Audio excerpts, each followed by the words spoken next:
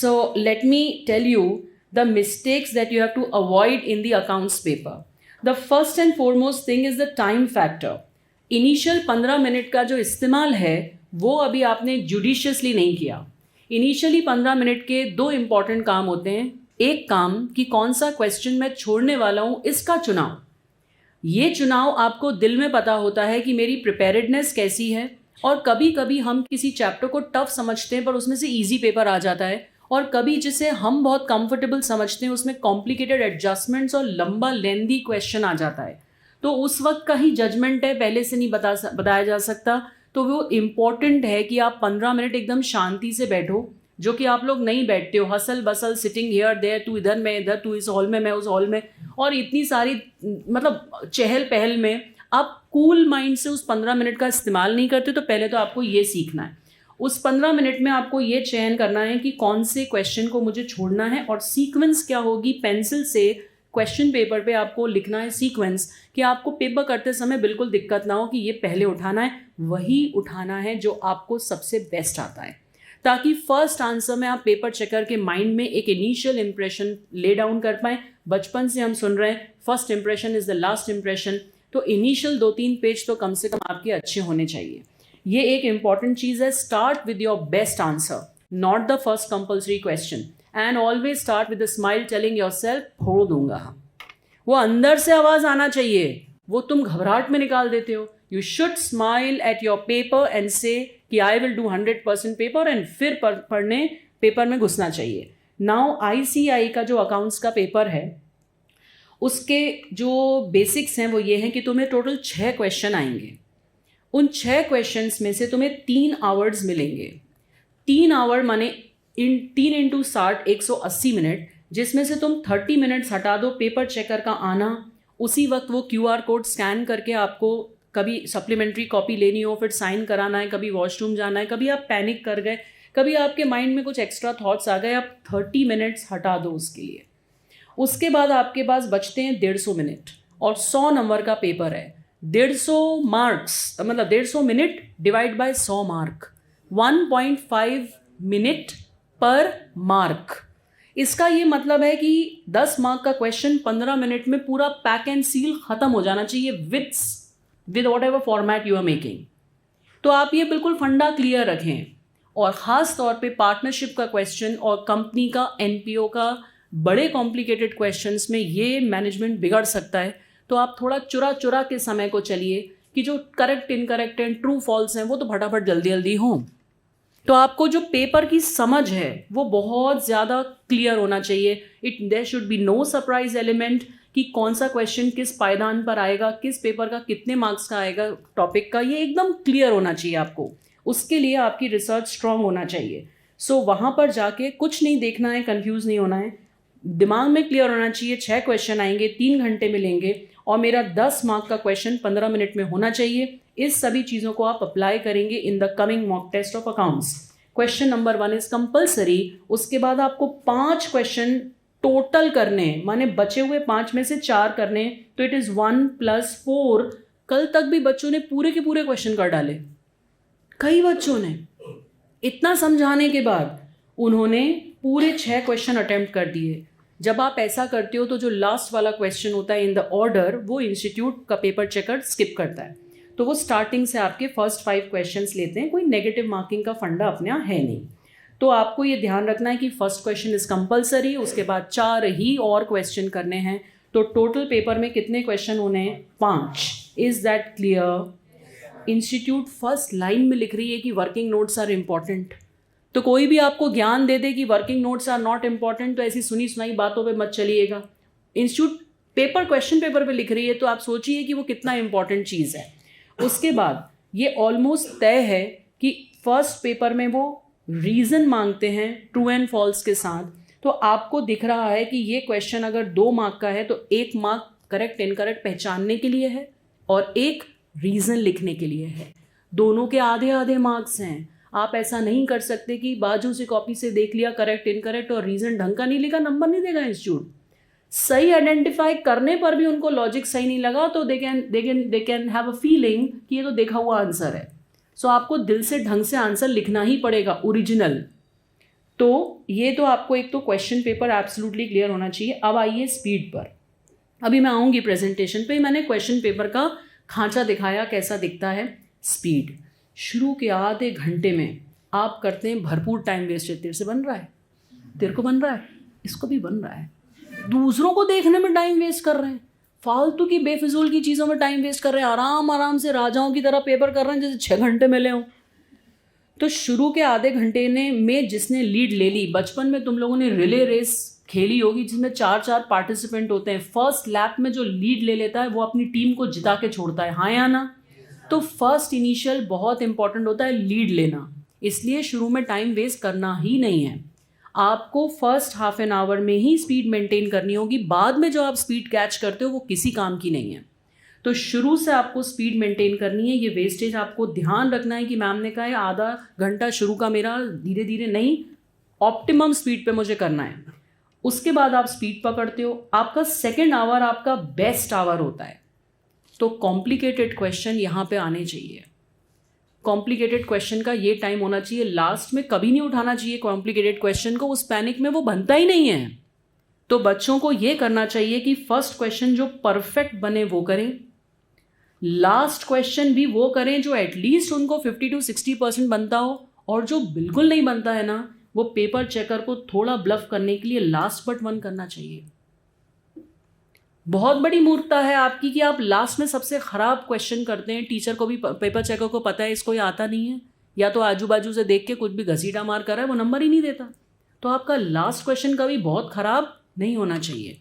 सो आपको करने टोटल 5 हैं। First question should be your best question, beach second question also should be your best question, और जो last के 3 क्वेश्चन बचे हैं इन 2 में आप कुछ भी कचरा कर लो, आखिरी वाला क्वेश्चन फिर सही होना चाहिए, ताकि लास्ट पेपर करने के बाद जब वो इनिशियल अपने इंडेक्स पे आता है, भी पेपर कॉपी दिखाती हूँ, वापस वो चेंज करते हैं अपने मार्क्स, कि उनका असेसमेंट चेंज होता है कि बच्चा ठीक पेपर दिया है और वो 3 को 4 कर सकते हैं, फेल हो रहा हो तो 39 को 40 कर सकते हैं। इसलिए आखिरी पेपर जो आखिरी क्वेश्चन है वो बहुत खराब वाला चूज मत करना।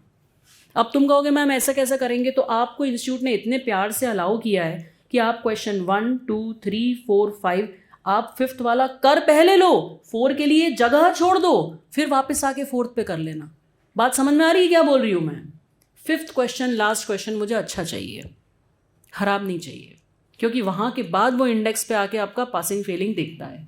जिनके मार्क्स अच्छे आ रहे हैं 60+, उन्हें ये सब सोचने की ज़रूरत नहीं है। जो फेल और पास की घड़ी में अटके हुए हैं ना, उनको ये टैक्टिक्स अप्लाई करनी पड़ेंगी, क्योंकि पेपर चेकर को दिखा बच्चे के 38, 39 आए हैं, वो इंस्टीट्यूट के एनालिसिस का वेट नहीं करता, उसको ठीक लगता खुद ही 40 कर देता है। आपको साइकोलॉजी से खेलना पड़ेगा। Are you understanding what I am saying? आप फर्स्ट, सेकंड, थर्ड अच्छा करिए, जो आपको बिल्कुल नहीं बनता हो 4th उसके लिए जगह छोड़ दीजिए, 5th को आप थोड़ा बेहतर वाला कीजिए। इतना तो आप समझ ही रहे होंगे मैं क्या बोल रही हूँ। इस बात को आप अभी अप्लाई करेंगे, मैं आपको बताऊंगी कैसे आप अप्लाई करना। तो आपको स्पीड का ध्यान रखना है। घड़ी कितने लोग पहने हैं हाथ में? हाथ उठाओ। एक भी एफटीएन अगर आज से 31 तारीख तक अगर उसने घड़ी नहीं पहनी तो थपाड़े पड़ेंगे उसमें। घड़ी पहनने की आदत डालिए ताकि आपको वहाँ घड़ी में इचिंग ना हो, पसीना ना आए। आप घड़ी सामने रखें और आपका सेट हो पैटर्न कि मैं अपनी घड़ी को ऐसे देख के हर आधे घंटे में टाइम सेट करता हूँ, और ओवर थिंकिंग नहीं करना है। मर भी रहे हो ना साला, तो वो 3 घंटे में मत सोचना मेरा क्या होगा, मैं फेल हो गया तो, मैं पास नहीं होगा तो क्या होगा यार, पहला पेपर बिगाड़ दिया, कुछ मत सोचना। मैं तुम्हें अपनी वास्ता दे रही हूँ कि तुम मैम को याद करना कि मैं नहीं करूँगा over thinking, I will just solve the paper. उस वक्त 1 मिनट भी ओवर थिंकिंग नहीं चाहिए। बच्चे डाइवर्ट हो जाते हैं 2 मिनट में, पैनिक कर जाते हैं, पता नहीं क्या प्रेशर आ जाता है माइंड पे। काहे का प्रेशर है? खड़े ना तुम्हारे साथ, हाँ बोलो। पास हुए तो जीत मिलेगी, फेल हुए तो सीख मिलेगी, कुछ ना कुछ लेके निकलोगे इस दिसंबर अटेम्प्ट से। इसलिए किस बात की पैनिक है? No fear. फेल होने का कोई फियर तुम्हारे माइंड में नहीं होना चाहिए। तो वहाँ 3 घंटे में तुम 1 भी मिनट नहीं सोचोगे कि मेरा पेपर बिगड़ रहा है, क्या हो रहा है ये। No overthinking. मैं उन सभी बच्चों को एड्रेस कर रही हूँ जो कल के मॉक टेस्ट में मेरे द्वारा खुद ही फेल किए गए। कॉपी चेकिंग फाइनल मार्क्स जब देखे तो फेल करना पड़ा, because it was not up to the mark. तो ये जो बातें हैं उनके लिए नहीं है, जो 60+ चल रहे हैं वो तो ठीक है, सेफ जोन में है, पर बाकी लोगों को ये ध्यान रखना है। क्या बोला मैंने? स्पीड शुरू से मेंटेन करना है। 1, 2, 3, 4, 5 में 4th के लिए जगह छोड़ देना। इतने दिन में सबको पता है कितनी जगह छोड़नी होती है, और 5th वाला थोड़ा ढंग का क्वेश्चन करना. Is it sorted? Is it sorted? अब उसके बाद प्रेजेंटेशन एस्पेक्ट्स में मैं तुम्हें प्रियांशी साबू, तुम्हारी जो सीनियर हैं, all India rank 2, 96 marks in accounts, उनकी कॉपी को बेस बना के तुम्हें प्रेजेंटेशन बता रही हूँ, क्या क्या चीज़ें तुम्हें ध्यान रखनी है. Okay, so let us move to Priyanshi's copy. Now Priyanshi दीदी की जो कॉपी है उसका फर्स्ट पेज तुम देखो. अभी भी इंस्टीट्यूट इसी पैटर्न पे चलता है. ये आपको शुरू में थोड़ा सा ब्लैक कलर या ब्लू कलर के पेन से भरना होता है, नॉट विथ पेंसिल इनिशियल. उसके बाद ये एक इंडेक्स आता है जो पेपर चेकर मार्क्स भरता है, ये वाला, और ये बच्चे को भरना होता है टिक टिक टिक. अभी से बता रही हूँ, आप टेंशन में आके हर कुछ कर देते हैं. कोई इन कॉलम में टिक कर देता है, कोई आगे वाला पूरा छोड़ ही देता है पन्ना.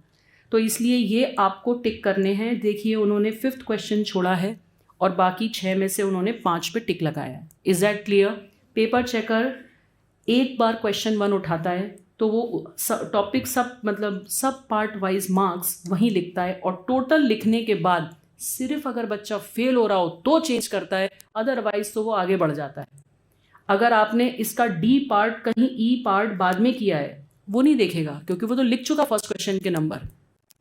बात समझ में आ रही है? और कुछ महामूर्ख हैं जो अभी भी 1A B C एक साथ करेंगे, डी आखिरी में करेंगे. अरे भाई, नहीं बन रहा है तो जगह छोड़ दो ना. इंस्टीट्यूट ने बोला है कि जगह छोड़ दो, नहीं समझ में आएगा आगे ऐसा लाइन क्रॉस कर दो कि I have not use this page.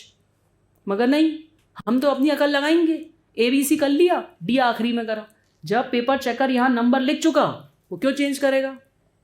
बताओ ना भाई. तो इसलिए all parts of the paper have to be attempted together. In any case, if you know A, B, C, but you don't know the D part, leave space and move ahead. Sorted है ये बात? ये 96 marks Priyanshi दीदी के हैं और she was all India 2nd rank. अब institute का जो इंस्ट्रक्शंस हैं उसमें 3 जो आंसर कॉपी होती है उसके इनर साइड पे इंस्ट्रक्शंस होते हैं. डोंट वेस्ट टाइम, मैं अभी से ही दिखा दे रही हूँ उसमें क्या लिखा होता है. तो वहाँ मत सोचना कोई नए इंस्ट्रक्शन मिले हैं, कोई नए इंस्ट्रक्शन नहीं होते, सेव टाइम. तो इंस्ट्रक्शन नंबर 1, आंसर को नीटली लिखना है, वो तो अपन सोच रहे हैं, सुन रहे हैं. All answer must be commenced on a fresh page and question number prominently written on the top of each answer, बीच में. और QUESTION क्वेश्चन ऐसा पूरा नहीं लिखना. You have to save time. Just write Q1A या QUES 1A. सॉर्टेड है ये बात? क्वेश्चन पूरा लिखने की जरूरत नहीं. 1-1 मिनट की फाइट है भाई, 1-1 सेकंड की फाइट है. उधर उस बच्चे का दर्द पूछो जो 199 पे फेल हो जाता है और चाहिए 200-400 में से. 1-1 मिनट की फाइट है. तो ये आपको ध्यान रखना है. ऑल्टरनेटिवली आप साइड वाले मार्जिन में भी लिख सकते हैं. मेरा हमेशा सजेशन होता है दोनों जगह लिख दो. कभी कभी स्टेपलर लगाने में पन्ना दब जाए और वो उसको नहीं दिखे तो दिक्कत हो सकती है. आप तो ऊपर और साइड में दोनों लिख देना. सॉर्टेड है ये बात? हाँ या ना? उसके बाद all part should be fully completed in 1 page और in consecutive set before the next question is taken up. मतलब नया क्वेश्चन शुरू करने के पहले सारे पार्ट्स उस क्वेश्चन के एक जगह करने हैं. उसमें तो ABCD सीक्वेंस मेंटेन करनी है, उसमें ऊपर नीचे मत करना. 1 का A लिखना है, B लिखना है, नहीं आता जगह छोड़ देना. ओके. उसके बाद writing of roll number in other places and writing Om Shri Jesus 786 anything tantamounts to unfair means. You can't write anything on the answer sheet anywhere. हर साल 2 या 3 बच्चे UFM अनफेयर मीन्स के लिए ब्लॉक हो जाते हैं, जबकि उन्हें लगता है ना तो मैंने किसी को देखा, ना मैंने कोई पर्ची यूज़ की, ना मेरे को कोई इन्विजिलेटर आया. कैमरे में इंस्टीट्यूट एक तो इन्विजिलेशन करते रहता है, पेपर चेकर वहाँ बैठे बैठे, इसलिए कोई ज़्यादा हरकतें पटकने की ज़रूरत नहीं है. ऑल्सो ये जो चीज़ें हैं कि बच्चा गलती से अपना नाम लिखाता है वो तो महापाप है. उसके अलावा कभी कभी वो लिख आता है ऐसी चीज़ें जो प्रेशर में कुछ नहीं लिखना है on the answer sheet except for the answers. Sorted है ये बात? तो ये मैंने आपको इंस्ट्रक्शन का पेज अभी बता दिया. ये इनर फर्स्ट होता है ताकि आप वहाँ टाइम वेस्ट ना करें, क्योंकि वहाँ आपको सिर्फ ध्यान देना है आंसर्स पर, कंटेंट पे. ओके. नाउ नेक्स्ट मैं आती हूँ कॉपी पर प्रियांशी दी की. देखिए उन्होंने बीच में लिखा है 4A और इधर साइड में भी लिखा है 4A. 4th क्वेश्चन से शुरू किया है, उनको वो बेस्ट आता होगा. 96 मार्क्स जिस व्यक्ति के हैं मैं उसके बता रही हूँ, इससे ज़्यादा लाते नहीं नंबर. अब स्टेप मार्किंग होती है, इसको ध्यान रखिएगा। अब उन्होंने देखिए अकाउंट खोला, राइटिंग कोई बहुत अव्वल दर्जे की खूबसूरत नहीं है बट साफ सुथरी है, पेपर चेकर को सब दिख रहा है, डेबिट क्रेडिट पर्टिकुलर्स। अगर आपको लग रहा है कि पर्टिकुलर भी लिखने का टाइम नहीं है, आप PART लिख के छोड़ दीजिए, एक एक जगह टाइम बचाइए। अगला मॉक टेस्ट आप मेरे स्टाइल से प्रेजेंटेशन करके देंगे, एक एक बच्चा। उसके बाद ये 2 के नीचे 2, बाय के नीचे बाय। अगर आप प्रॉफिट शेयर कर रहे हैं तो वहाँ रेशो लिख देना इज़ अ स्मार्ट मूव, पर आप नहीं लिख पाए तो कोई बात नहीं, नंबर कटेंगे नहीं, इसके इट्स एडिशनल। ऑल्सो हमेशा 3 चीज़ें आप लिखते हैं तो यहाँ लाइन खिंचनी चाहिए विद डिनोट्स की बाजू में टोटल लिखा है। कुछ लोग इतनी सी बात नहीं जानते और ये फिगर लिख के यहाँ 25,500 लिख रही है। कौन क्या पढ़ के आएगा तुम 11th-12th? 3 फिगर का टोटल इधर ही आएगा ना, इधर थोड़ी आएगा। ये चीज़ें एग्जामिनर को इरिटेट करती हैं। इतनी छोटी छोटी बातें मैं तुम्हें बता रही हूँ, कोई नहीं बताएगा तुम्हें, इसलिए इस लेक्चर को 2 बार देख लेना पेपर के पहले कि मैं तो कोई गलती नहीं कर रहा हूँ। यहाँ टोटल लिखने की कोई ज़रूरत नहीं। कुछ लोगों ने टोटल बहुत प्यार से लिखा है और वहाँ आखिरी में घसीटा मार कर दिया, वहाँ डेबिट क्रेडिट सब भूल गए वो, और यहाँ टोटल लिख रहा है। मगर 2 लाइन खींचना बचपन से सिखाई जाती है 11th क्लास में बॉस, कि 2 लाइन खींचनी होती है टोटल के नीचे, तो पता है वो टोटल है। तो ये इसको आप ध्यान रखिए। उसके बाद देखिए balance carried down brought down. Carried down brought down institute बहुत पर्टिकुलर उसके बारे में, वो आपको लिखना ज़रूरी होता है। और जैसा कि मैंने कहा टोटल शब्द मत लिखिए बट आपको ये 2 लाइन्स खींचनी है। अब आप आइए बैलेंस शीट पर। एज एट वेरी इंपॉर्टेंट, आधा नंबर होता है इस बात का कि आपने डेट सही लिखी कि नहीं। बैलेंस शीट एज एट, लोग तो बैलेंस शीट समझ लो यार होगी किसी डेट की। पार्टनरशिप के क्वेश्चन में by chance opening balance sheet नहीं दी और मेमोरेंडम बैलेंस शीट बनानी पड़ गई तो भैया डेट तो चाहिए ना, उसमें कौन सी डेट की बैलेंस शीट है, हाँ या ना। ये बैलेंस शीट में आपको ये लिखना ज़रूरी है। अब मैं आपको MD सर हमें हमेशा से 3 रूल बताते हैं वर्किंग नोट के। वर्किंग नोट के 3 नियम। नंबर, इसका मतलब कि वर्किंग नोट में नंबर होना ज़रूरी है कि आपने कितने वर्किंग नोट बनाए। वर्किंग नोट की इंपॉर्टेंस को अंडरमाइन मत कीजिएगा, इंस्टीट्यूट उसको बहुत सीरियसली लेती है। जब आपका बैलेंस शीट टैली नहीं होती तो वर्किंग नोट के आधार पे ही नंबर देते हैं, इसलिए वर्किंग नोट इतने अत्यधिक ज़रूरी हैं। और पेपर चेकर स्ट्रिक्ट हुआ और आपकी पूरा क्वेश्चन सही है, उसका माथा धनक गया, वर्किंग नोट क्यों नहीं बनाए, नंबर काट लेगा, आप कुछ नहीं कर सकते। तो इसलिए वर्किंग नोट का पहला रूल नंबरिंग। दूसरा रूल टाइटल, क्या आपने करा क्या है उस वर्किंग नोट में। तो वर्किंग नोट का पहला रूल नंबर, टाइम कम पड़ रहा हो तो भी ये रूल फॉलो करना है। सेकंड नोट रूल टाइटल, और तीसरा लिंकिंग। ये यहाँ से चली ट्रेन चली भाई ट्रेन चली, ट्रेन चली भाई ट्रेन चली, इसको कहते हैं लिंकिंग। कि उस फिगर को आपने क्वेश्चन में कहाँ यूज़ किया है वह बात वहाँ लिखना ज़रूरी है। इतनी सी बात से पेपर चेकर को समझ में आता है बच्चा प्रोफेशनली पढ़ के आया है और लिबरल चेकिंग करने पे उतर आता है। और ये सब नहीं करो तो इरिटेट हो जाता है वो। इंसान कॉपी चेक कर रहा है, OMR पे सिर्फ मैथ्स और इको चेक होती है मशीन से, बाकी सब इंसान चेक करते हैं। तो इंसान की साइकोलॉजी समझो ना यार, आपको साफ़ सुथरा परोसना पड़ेगा ना, तब तो खाने की इच्छा होगी उसको। तो इसलिए वर्किंग नोट के 3 नियम याद रखेंगे आप, बचपन से हमें मनोज सर सिखाते आए हैं। Numbering, title, reference. Numbering of the working note, title of the working note and referring it in the main answer. लंबे लंबे पौधे लिखने की ज़रूरत नहीं है, शॉर्ट में वर्किंग नोट बनाना है। और शॉर्ट में जब वर्किंग नोट बनाओ उसका कोई फाइनल आंसर है उसको बॉक्स में लिखना है।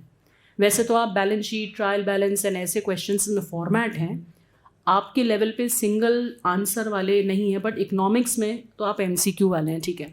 कोई भी टॉपिक ऐसा हो जिसका कोई फाइनल आंसर हो तो उसको बॉक्स में हाईलाइट ज़रूर करना। Is that clear? यहाँ तक बात हुई। अब गलती किसी से भी होती है, 96 नंबर वाला लाने का वाला भी गलती कर रहा है, कर दी गलती तो भैया शालीनता से काटें, दुश्मनी ना निकालें। तेरी तूने गलत हुआ कैसे, तेरी तो तू गलत हुआ कैसे, तेरी तो शालीनता से काटे ना, कट कट कट कट, कोई बात नहीं, फिर से लिख लूँगा।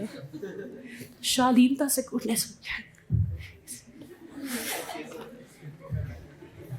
हर चीज़ कर दी तुम्हें भाई, कोई दिक्कत नहीं, इंसान हो, इंसान से ही गलती होती, भगवान नहीं हो तो गलती तो होगी ना। तो शालीनता से काटना है। Is that clear? उसके बाद मेरी बात सुनो, ये स्टेप मार्किंग समझ में आ गई तुम्हें? अब देखो बैलेंस शीट में अब तो इंस्टीट्यूट क्या होता है, पेपर चेकर को इस तरह के बॉक्सेस ऑलरेडी दे देती है, तो उनको वहीं वहीं जाके लिखना होता है। पहले 2-3 साल पुराना पेपर है ना, तो चेकिंग पैटर्न अलग था। ओके, अब उसके बाद जर्नल एंट्री तो कल ऐसी करी लोगों ने, वाह! जर्नल एंट्री तो ऐसी करी कि मुझे लगा वहीं गाले को गा दूँ। किसकी किताबों में, हमें क्या मतलब, हम तो जर्नल लिख रहे हैं दुनिया गई तेल लेने। सो इन द बुक्स ऑफ लिखना बहुत ज़रूरी, भले ही जर्नल एंट्री शब्द ना लिखें, इन द बुक्स। बचपन से जर्नल एंट्री के 5 कॉलम होते हैं। पहला होता है डेट, दूसरा होता है पार्टिकुलर, तीसरा होता है लेजर फोलियो। कौन होता है? कौन कौन कौन लेजर फोलियो? कहाँ का लेजर फोलियो? चौथा नंबर डेबिट, 5वां नंबर क्रेडिट। लिखना पड़ता है ये डेबिट है, ये क्रेडिट है। कौन लिखेंगे पिताजी? हैं? ऐसे हक से छोड़ रहे हैं बिल्कुल, हमारा जन्मसिद्ध अधिकार है, हम आंसर नंबर लिख रहे हैं, वो देख लो। अरे क्या कपिल शर्मा शो चल रहा है? कौन है यहाँ पर ये?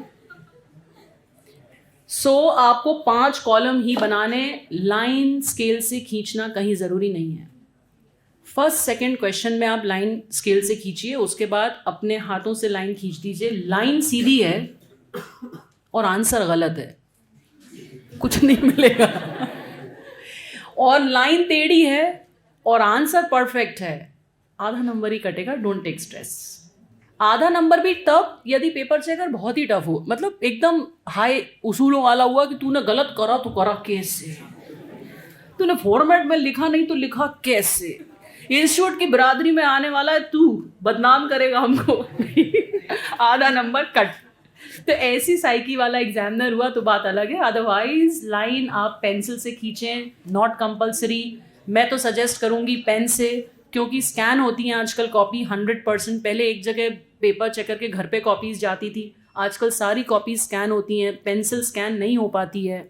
मशीन वाली अलग बात है, OMR अपने ये वाले पेपर में। इसलिए आप पेन से ही लाइन खींचिए। आप बहुत कंफर्टेबल अकाउंट्स में चल रहे हैं तो पेंसिल से खींच लीजिए, scale is not compulsory. Okay, ये जो आप पहली लाइन लिखते हैं इसको आधे बीच में से नहीं लिखते हैं। डेबिट की लाइन कॉर्नर से शुरू होना चाहिए।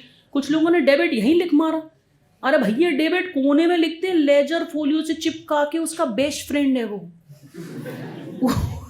उधर लिखना है डेबिट। Is that clear? कुछ लोगों ने इधर लिख मारा डेबिट। क्या देख लो मैम, लिखा तो है। अरे तुम्हारी तो कब पेपर चेक करते क्या ही बताऊं तुम्हें। ये डेबिट के नीचे डेबिट लिखना आवश्यक है। इसको कहते हैं बच्चों इंडेंटेशन। 1 इंच अंदर करके लिखते हैं वो क्रेडिट वाली लाइन को, 2 को, और 2 के नीचे 2 होता है। ओके बच्चों, अब कमीनो। और ये जो होता है जिसको कहते हैं नरेशन, तो ये जो नरेशन जो भी इसके वर्ड है, इसमें बीइंग लिखना आजकल कंपलसरी नहीं है, सब लोग स्मार्ट हैं, मगर दिस शुड बी क्वांटिफाइड। जैसे कि आप शेयर्स के टॉपिक में एप्लीकेशन मनी रिसीव हुई 1 लाख, 10,000 शेयर्स पे 10 रुपये रिसीव है, तो you have to write number of shares जिन पे पैसा प्राप्त हुआ और कितना पर एप्लीकेशन मनी कितना प्राप्त हुआ। जो बात जर्नल एंट्री नहीं बता रही है वह बात बताने के लिए नरेशन होता है। जो बात जर्नल एंट्री में स्पष्ट लिखी है वही बात रिपीट करने के लिए नरेशन नहीं होता है। Narration is for explanation, you understand that? तो you have to quantify boss कि कितने शेयर्स पर कितना रुपया प्राप्त हुआ है, तो वो जाके फिगर आया है। तो आप वो लिखते ही नहीं, तो आप करिए। उसके बाद 1 लाइन आपको खींचनी है पेंसिल से और 1 लाइन आपको छोड़नी है। साहब फीस आप भर चुके, इंस्टीट्यूट आपको मुफ्त में कॉपी दे रहा है, क्या कंजूसी है? उसी जगह लिखूंगा है, जगह छोड़ो ना। और एक तो इतनी बड़ी राइटिंग है कुछ लोगों की, ऐसे ऐसे पूरा ऐसे लिखेंगे, पूरे 2 ऊपर नीचे टच। ऐसे लोग तो प्लीज फैला के लिखो यार। तो इसलिए format of journal is very important. Please हंसो मत, ये ऑनलाइनर को बैठे बैठे हंसी आ रही उधर पे है। इसका ध्यान रखना है। याद रखोगे कि नहीं? देखो इंस्टीट्यूट बेटू हर पॉइंट की स्टेप मार्किंग करती है, इसलिए डर तो छोड़ दो। अकाउंट्स के पेपर में तुम सब शानदार तरीके से पास हो रहे हो, एक भी बैच में फेल नहीं होगा अकाउंट्स में, ये मैं तुमको बोल रही हूँ, बिल्कुल श्योर बात है। और ये छोटी छोटी टिप्स और याद रख लेना। शांत, तो स्टेप मार्किंग इसमें होती है। अब जो आपके टेबल बेस्ड क्वेश्चंस हैं, जैसे बैंक रिकन्सिलिएशन, तो टेबल बेस्ड क्वेश्चन, बच्चे शांत हो जाओ, शांत हो जाओ। टेबल बेस्ड क्वेश्चन में हेडिंग प्रॉपर होनी चाहिए, it is important, please don't do खिचपिच, इसका ध्यान रखिए। देखिए आप हर जगह देखिए, आगे के क्वेश्चंस में भी शी इज़ मेंटेनिंग कि अपना सेम, और शुरू में जैसी राइटिंग थी वैसी चल रही है। स्थिरता दिखती है बच्चे के माइंड की, पेपर चेकर को स्थिरता दिखती है माइंड की कि शुरू से आखिरी तक स्थिर है बच्चा। 96 प्रियांशी के मॉक टेस्ट में भी मार्क्स थे और मेन पेपर में भी 96 आए। जो आपके मॉक टेस्ट के मार्क्स हैं ना, जो अभी आप ला रहे हैं, ये तो बहुत आपने छोटी छोटी मिस्टेक्स की हैं प्रेजेंटेशन की। सेकंड मॉक टेस्ट में जो आपके मार्क्स होंगे उससे बस 2-3 प्लस नीचे ऊपर नीचे ही आपका मेन मार्किंग होगी। This is very important to give it. Is that clear everyone? ये देखिएगा, 96 वाला कॉपी वाला भी गलती कर सकता है, इट्स ओके, कोई दिक्कत नहीं है, गलती होने में कोई दिक्कत नहीं है। आप स्ट्रेस मत लीजिए अनावश्यक। डेप्रिसिएशन के क्वेश्चन में साहब डेट सबसे ज़्यादा इंपॉर्टेंट है, तो बिल ऑफ एक्सचेंज में और डेप्रिसिएशन में, इन 2 टॉपिक्स में अगर तुम डेट ढंग से नहीं लिख रहे हो, कैसे नंबर देगा इंस्टीट्यूट यार, बताओ। तो 2 टॉपिक्स में तो डेट का खास महत्व है, बिना डेट के क्वेश्चन को वो नहीं आंसर करने वाले हैं। इतना कर सकते हो कि 31 दिसंबर को डेप भी निकाल रहे हो, 31 दिसंबर को बैलेंस भी कर रहे हो, तो ये ऐसे कर सकते हो। But date in a question of depreciation ध्यान नहीं दिया तो नंबर कटेंगे, भले ही आंसर फाइनल सही हो। कुछ चीज़ें फॉर्मेट से उठ के हैं ना, कॉन्सेप्ट वाली बात है कि कहाँ से कहाँ तक का डेप लगा है। इन्फॉर्मेटिव होना चाहिए आपका आंसर। तो आप देखिए, कोई राइटिंग कोई बहुत खूबसूरत नहीं है, but neat and tidy presentation है, साफ सुथरा चल रहा है एकदम, ये आपको ध्यान रखना है। जैसे मैंने कहा स्टेप मार्किंग मिलेगी, घबराइए मत। ये मेरा मतलब था being application for 3 lakh shares received, यहाँ पे अपन रुपए भी लिख सकते हैं, 30 रुपीज़ पर इंस्टॉलमेंट। तो क्वांटिफाई करिए नरेशन में, लास्ट में नरेशन लिखने का भी समय ना बचे, तो ये बीइंग हटा दीजिए और शॉर्ट कर दीजिए 3 लाख इंटू 30 वजह से छोड़ दीजिए। बिल्कुल ही मेरे भटे में हो अपन कि जगह ही नहीं बच, टाइम ही नहीं बच रहा है, पर नरेशन नहीं छोड़ना है। नरेशन के बिना स्ट्रिक्ट पेपर चेकर कभी कभी मार्क्स ही नहीं देता, और सारे पेपर चेकर एक एवरेज 45 प्लस एज के ही होते हैं, तो they are very hardcore people कि भैया आप ढंग से आओ यार, इंस्टीट्यूट में उसमें आ रहे हैं। अब ये देखो 6th क्वेश्चन, लास्ट क्वेश्चन में भी वही राइटिंग है जो शुरू में थी। पेपर चेकर बहुत बातें समझता है बच्चे के पेपर से, पूरा माइंड रीड कर लेता है कि बच्चा स्थिर था, प्रिपेयर्ड था कि नहीं, कैसा था, तब जाके आते हैं 90 प्लस, यूँ ही नहीं चले आते 90 प्लस। तो ये आपको ध्यान रखना है। उसके बाद थ्योरी, इंस्टीट्यूट थ्योरी को बहुत महत्व देता है, इसलिए थ्योरी आंसर्स में ट्रू फॉल्स अलग लाइन में लिख के और फिर ब्रीफ में आपको आंसर लिखना है। जैसे लॉ में सिखाया है, बॉक्स में हाईलाइट कीजिए, वैसे आपको हाईलाइट करना है। कोई सोचे भी ना कि उसको थ्योरी छोड़ के जाना है, किसी भी कीमत पर थ्योरी ना छोड़े। उसके बाद जैसा कि मैंने कहा, इंस्टीट्यूट हाई इंपॉर्टेंस देता है थ्योरी को, तो आपने धर्मेंद्र सर के साथ पढ़ी ही है क्लास अच्छे से। अगर ज़रूरत पड़ेगी तो I will also take a class, that's not needed वैसे, क्योंकि आपका पेपर कॉन्सेप्ट वाइज आपने अच्छा करा है, बट आप थ्योरी को छोड़ने की गलती ना करें, इसका ध्यान रखें। ये थोड़ा सा मैम ने, जैसे दीदी ने मिस्टेक की है कि ये पूरा पूरा अंडरलाइन कर दिया। ये मैं आपको लॉ में सिखा चुकी हूँ कि पूरा पूरा नहीं, जो एक्चुअल अंडरलाइनिंग वाली बात है उसी को अंडरलाइन करना है। Is that clear? हाँ या ना? तो और देखिए उन्होंने लास्ट में ऐसा पेज को कट करा है, तो जो अनयूज पोर्शन है, आपने जैसे मैंने बोला 4th नंबर वाला क्वेश्चन नहीं बने तो लास्ट में छोड़ देना, तो उसको आप ऐसे शालीनता से कट कर दीजिए। Is that clear? सो मेरा अब आपको जो कॉमन मिस्टेक एक और मैंने ऑब्जर्व करी कि बच्चे क्या कर रहे हैं, जब वो फिगर लिखते हैं ना तो ऐसा टेढ़ा आड़ा फिगर लिखते हैं। हम लोग तो 11th-12th में कैलकुलेटर नहीं होता, तो बिल्कुल डॉट टू डॉट फिगर के नीचे फिगर लिखवाते हैं कि वहीं के वहीं टोटलिंग हो पाए। आप तो कैलकुलेटर यूज़ करते हैं, तो आपको कैलकुलेटर यूज़ करने में बस पैनिक नहीं करना है कि 100 दब गया 1000 या 100 दब गया 10, ऐसा ना हो, ये सिर्फ पैनिक से होता है। तो चूंकि आप कैलकुलेटर यूज़ करते हैं तो थोड़ा अलर्ट होके उसी वक्त दोबारा कैलकुलेशन में कर लीजिए, second calculation for critical points. जैसे नेट प्रॉफिट को लेके बैलेंस शीट में जाना है, वो गलत हो गया तो पूरी बैलेंस शीट आप ढूंढते रहोगे, सुलझेगी नहीं, तो 2 बार कर लो वो कैलकुलेशन रीअफर्म करने के लिए, उसमें कम टाइम वेस्ट होगा। तो ये चीज़ तुम्हें ध्यान रखनी है। सो आई होप आप प्रेजेंटेशन टिप्स आपके लिए यूज़फुल रही होंगी, एंड आई होप मैंने जिन पॉइंट्स पे आपका ध्यान आकर्षित किया है आप उनको यूज़ करते हुए अब अगला पेपर अच्छे से देंगे। Very very strong suggestion, to do 5 papers past drive link में। ऑलरेडी मंतशा मैम ने आपको दे दिए हैं, सो उन पेपर्स को आप ज़रूर कीजिए। लॉ के पेपर के लिए ऑल द बेस्ट। लॉ का पेपर आप ऑलरेडी 15 दिन से 1 क्वेश्चन लिखने की प्रैक्टिस कर चुके हैं। सो लॉ के पेपर में मेरी सिर्फ इतनी गाइडलाइन है कि आपको बिजनेस एंड कमर्शियल रिपोर्टिंग 1 घंटे में फ्रीज करना है। कोई भी पॉइंट आपको ना बने उसके लिए जगह छोड़ दीजिए। 1 घंटे के ऊपर आप BCR के पेपर में नहीं लगाएंगे।